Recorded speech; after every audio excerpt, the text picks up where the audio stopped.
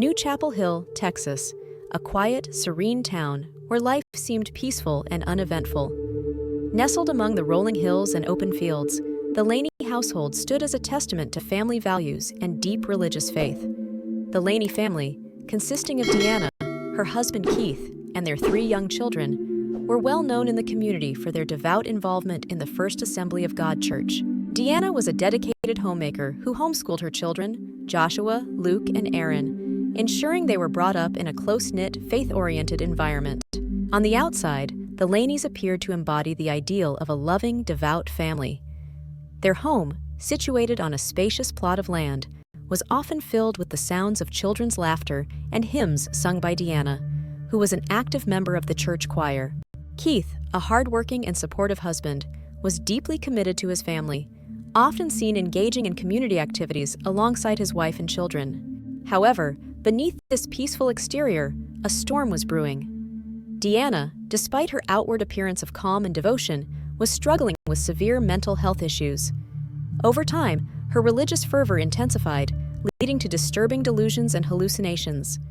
These were not apparent to those around her, as she kept her inner turmoil well hidden, masking her suffering with a facade of normalcy. The illusion of the Laney family's tranquility was shattered on the night of May 9, 2003. In the early hours of May 10, 2003, Deanna made a chilling call to 911. Her voice was calm and composed as she delivered a message that would haunt everyone who heard it. "I've killed my boys," she stated, without a hint of emotion. The operator, stunned by the cold clarity of her confession, continued to engage her in conversation while dispatching emergency services to the scene. The arrival of the police at the Laney household revealed a gruesome and heartbreaking reality. The officers, guided by Deanna's directions, discovered the bodies of 8-year-old Joshua and 6-year-old Luke in the backyard, near a swing set. Both boys had been brutally killed, their heads crushed by large rocks. Inside the house, they found 14-month-old Aaron in his crib, barely alive and covered in blood, with a pillow over his face. Deanna herself was found wandering barefoot in a nearby grove, still in her blood-stained pajamas, calmly speaking to the 911 operator. This horrific scene marked the beginning of a tragic and complex case that would uncover the depths of Deanna's mental illness and the unimaginable actions she believed were commanded by a divine force. Deanna Laney was a devoted wife and mother, married to Keith Laney. Together, they had 3 children: Joshua, born on January 15, 1995, Luke, born on August 23, 1996, and Aaron, born on March 2, 2002. The Laney family lived in New Chapel Hill, Texas, a small community where everyone knew each other. They were deeply involved in the First Assembly of God Church, where Deanna's brother-in-law was the pastor. Deanna sang in the church choir and was known for her devout faith. The family's life revolved around their religious beliefs, and this devotion extended to their children's upbringing. Deanna homeschooled Joshua and Luke, ensuring they were educated within the framework of their religious values. The boys were often seen playing around their spacious yard, a testament to the close-knit, family-oriented life Deanna and Keith had built. Their home was a place where faith and family were intertwined, creating an environment of love and dedication. However, behind this facade of tranquility, Deanna was grappling with severe mental health issues. While she appeared to be a loving and dedicated mother, she was experiencing profound psychological distress. Her increasing religious fervor began to manifest in disturbing ways, but these signs were not immediately apparent to those around her. Deanna's devoutness deepened to the point where she began experiencing hallucinations and delusions. In the months leading up to the tragic events, Deanna's behavior became increasingly erratic. She started having vivid religious visions and believed she was receiving direct messages from God. These messages often included bizarre and disturbing imagery. One notable hallucination involved her seeing her youngest son, Aaron, playing with a spear and holding a rock, which she interpreted as divine signs. Deanna also began to isolate herself from others, spending long hours reading the Bible and fasting. Her sister Pam noticed these changes and mentioned them to her husband, but they did not realize the severity of the situation. Despite these signs, Deanna managed to maintain an outward appearance of normalcy. Her husband Keith, who was deeply committed to his family, did not notice any alarming changes in her behavior. To him, Deanna was the same loving wife and mother she had always been. The community also remained unaware of her struggles, as Deanna continued to participate in church activities and fulfill her duties as a homemaker and educator. The intensity of Deanna's religious delusions grew over time. She began to believe that she was chosen by God for a special mission. This belief became a central part of her reality, and she felt compelled to act on it. Her delusions became so powerful that they overshadowed her love for her children and her grasp on reality. On May 9, 2003, Deanna's mental state reached a critical point. The hallucinations and delusions that had been plaguing her culminated in a tragic and violent act. She believed that God had commanded her to kill her children as a test of faith. This delusion was so compelling that it drove her to commit an unimaginable crime. Deanna's journey from a devoted mother to a woman overwhelmed by psychotic delusions is a stark reminder of the impact of untreated mental illness. Her story is a tragic example of how deeply mental health issues can affect an individual and those around them. On the night of May 9, 2003, a calm stillness settled over the Laney household. The children, Joshua, Luke, and Aaron, were asleep in their beds, unaware of the horrors about to unfold. Deanna Laney, driven by intense delusions, believed she had received a divine command to kill her sons. As the clock ticked closer to midnight, she quietly prepared to carry out this tragic mission. Shortly after midnight, in the early hours of May 10, 2003, Deanna took a large rock she had previously hidden. She walked into the bedroom of her youngest son, 14-month-old Aaron. Without hesitation, she struck him on the head multiple times with the rock. The brutal attack left Aaron severely injured, but he was still alive. To muffle his cries, Deanna placed a pillow over his face. Hearing the noise, Keith Laney, who had been asleep in another room, came to check on Aaron. Deanna reassured him that everything was fine, and he returned to bed, unaware of the horror unfolding. Deanna then moved on to her older sons. She woke up 8-year-old Joshua and 6-year-old Luke, leading them outside to the backyard. It was there, under the night sky, that she instructed Joshua to lie down on the ground. Using the same rock, she bludgeoned him repeatedly until his skull was crushed and he lay lifeless. She then dragged his body behind the swing set. Luke, witnessing his brother's fate, struggled and resisted, but Deanna overpowered him. She struck Luke with the rock multiple times until he too succumbed to his injuries. With her horrific task completed, Deanna returned to the house and made a chilling phone call to 911. Her voice was eerily calm and composed as she confessed to the murders. "I've killed my boys," she stated. The 911 operator, initially stunned by the confession, kept Deanna on the line while dispatching emergency services to the Laney residence. When police arrived at the Laney home, they were greeted by a scene of unimaginable horror. They found Keith Laney in his nightclothes, looking bewildered and confused. He had no idea what had happened. The officers followed Deanna's directions to the backyard, where they discovered the bodies of Joshua and Luke. Both boys were in their underwear, their heads brutally crushed by the large rock Deanna had used. The swing set, once a place of joy and play, now stood as a silent witness to the violence that had occurred. Inside the house, the officers found Aaron in his crib, barely alive and covered in blood. The pillow Deanna had placed over his face was soaked with blood. Despite his severe injuries, Aaron was still breathing. The officers immediately called for medical assistance, and Aaron was rushed to the hospital, fighting for his life.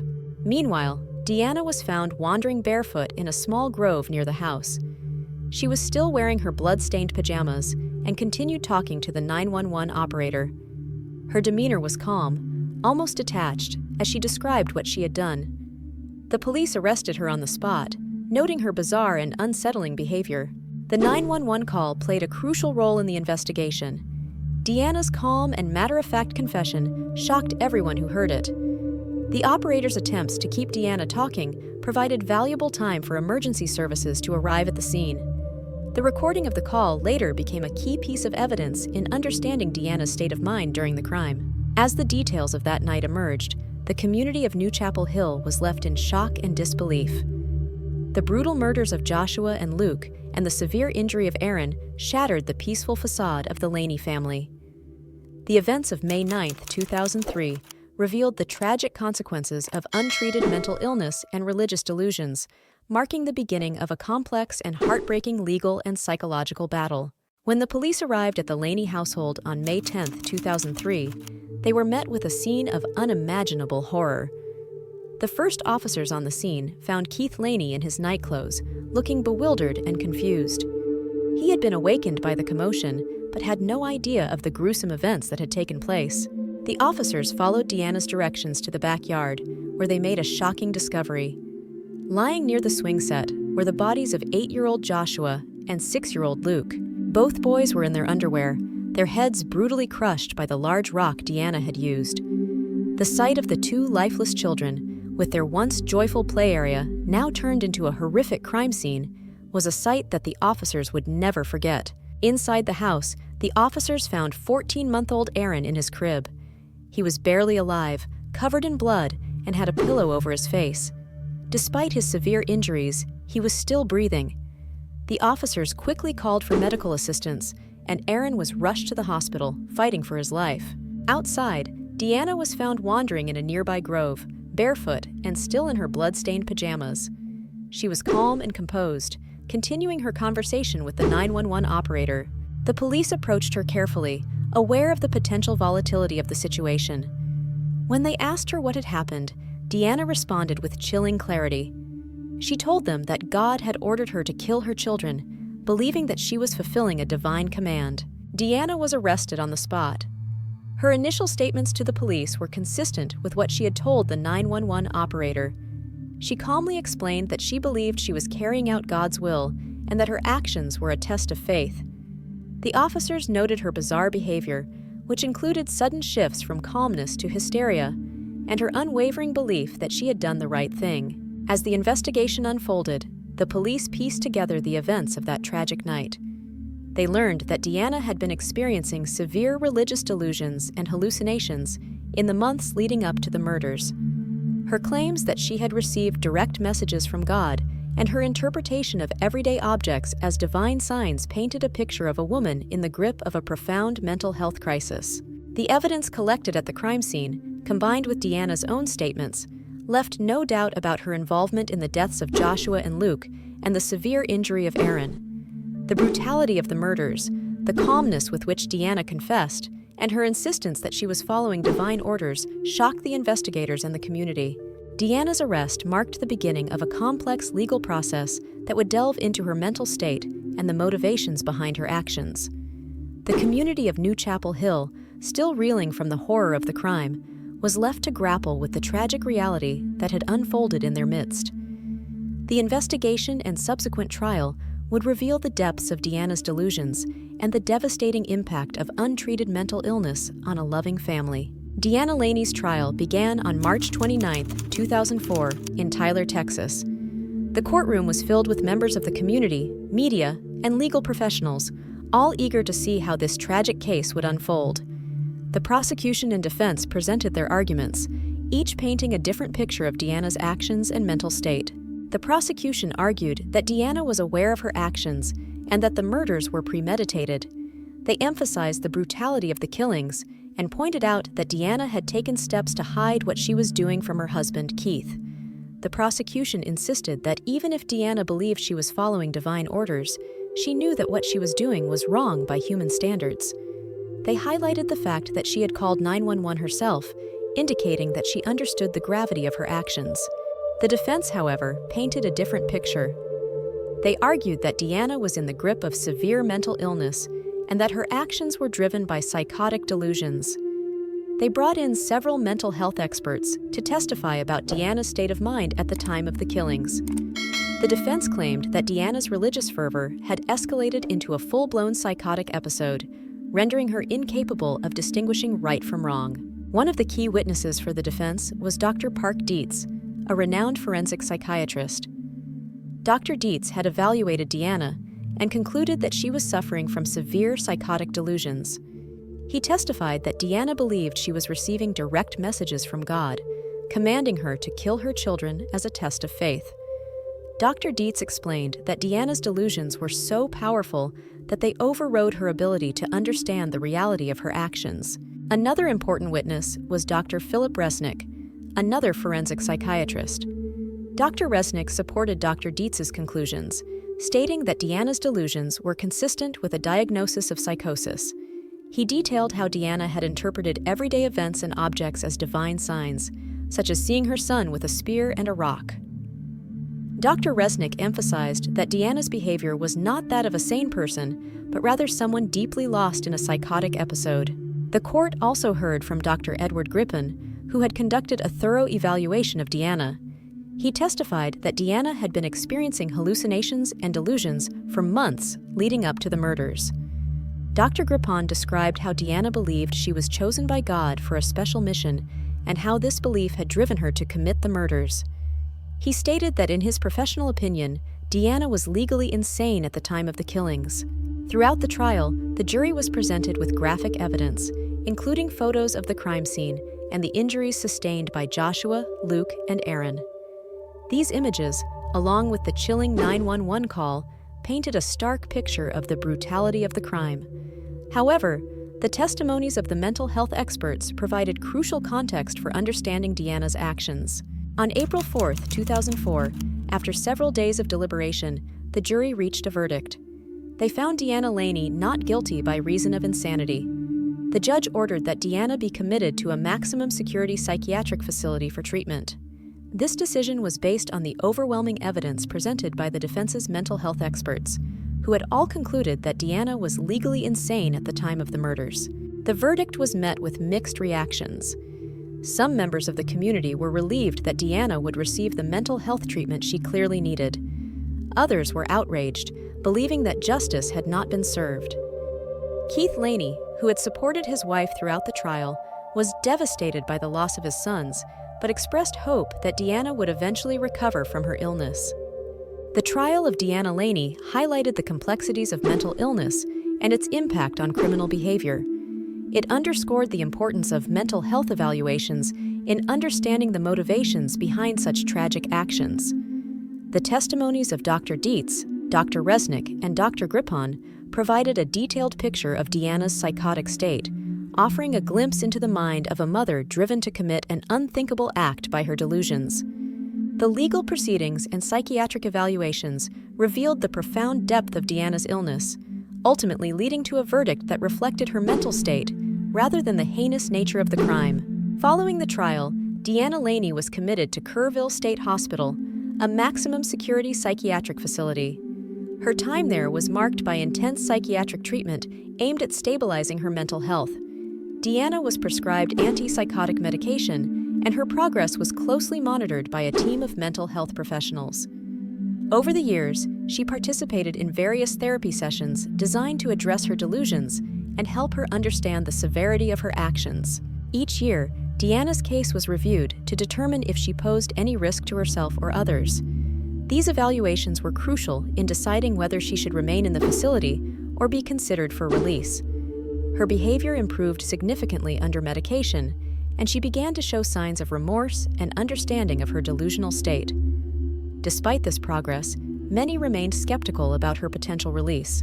On May 15, 2012, after nearly 9 years in the psychiatric facility, Deanna Laney was deemed fit for release. Her release came with stringent conditions to ensure both her safety and that of the community. She was required to continue taking her prescribed medication without fail. Regular visits from a designated social worker were mandated to monitor her compliance and overall well-being. Deanna was also prohibited from having any unsupervised contact with minors, a precaution taken to prevent any possible recurrence of her past behavior. Deanna's life post-release has been kept largely private. Very few people know her exact whereabouts, and her living situation is managed discreetly. This measure is intended to protect her privacy and allow her to live as normal a life as possible under the circumstances.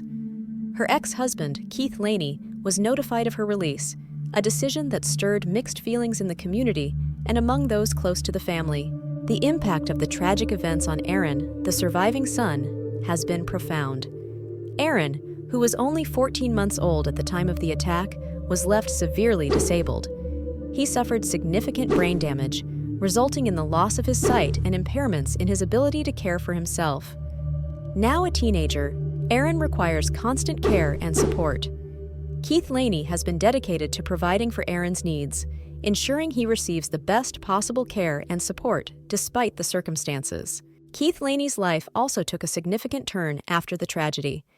In 2008, he divorced Deanna and eventually remarried.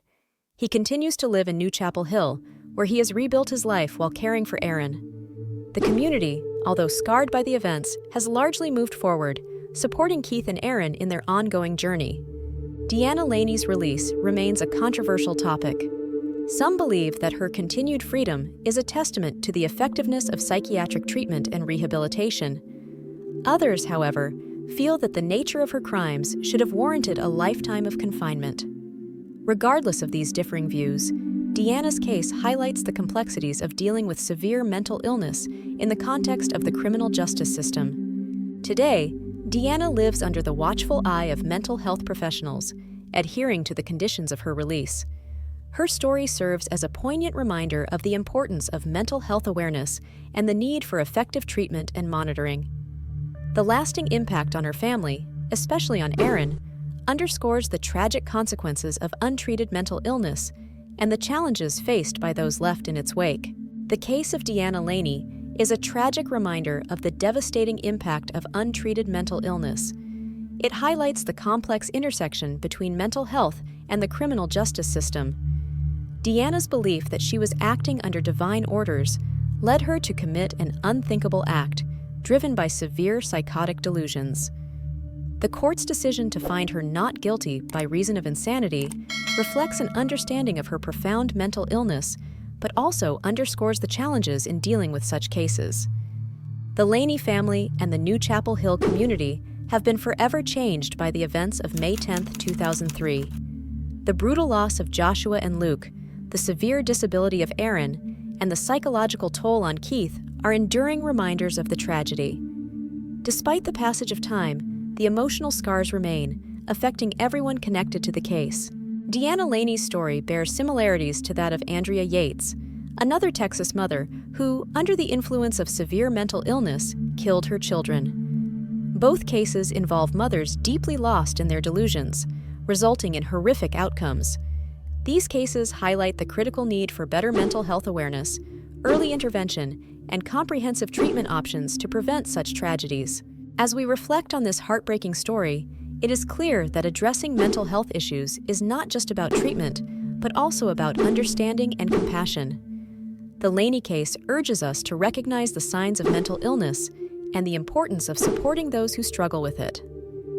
The enduring impact on the Laney family serves as a poignant reminder of the human cost of untreated mental illness and the necessity of a more proactive approach to mental health care.